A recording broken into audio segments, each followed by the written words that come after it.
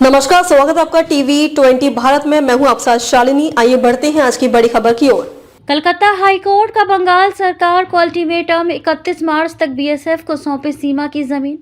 Calcutta high court ने आदेश दिया है कि 31 मार्च तक बंगाल सरकार सीमा पर बाड़ लगाने के लिए बीएसएफ को जमीन सौंप दे, जिससे भारत बांग्लादेश सीमा के संवेदनशील क्षेत्रों में कंटीले तार की बाड़ लगाने का काम शीघ्र पूरा किया जाए। आरोप है कि राज्य सरकार सीमा पर बाड़ लगाने के लिए अधिग्रहित भूमि नहीं सौंप रही है। इसके खिलाफ पूर्व सैन्य अधिकारी डॉक्टर सुब्रत साहा ने हाईकोर्ट में याचिका दायर की थी। मालूम हो कि बंगाल की 2216 किलोमीटर लंबी अंतर्राष्ट्रीय सीमा बांग्लादेश से लगती है। इस सीमा में करीब 600 किलोमीटर में तारबंदी नहीं है।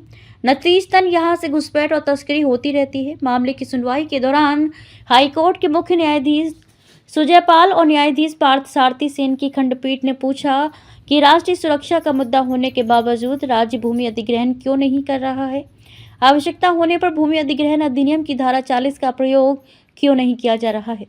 अंतर्राष्ट्रीय सीमा में भागीदार होने के बावजूद राज्य की ओर से पहल न करना अत्यंत चिंताजनक है। कोर्ट ने कहा कि केंद्र सरकार सीमावर्ती क्षेत्र के लगभग 180 किलोमीटर हिस्से में भूमि अधिग्रहण के लिए पहले ही धनराशि दे चुकी है।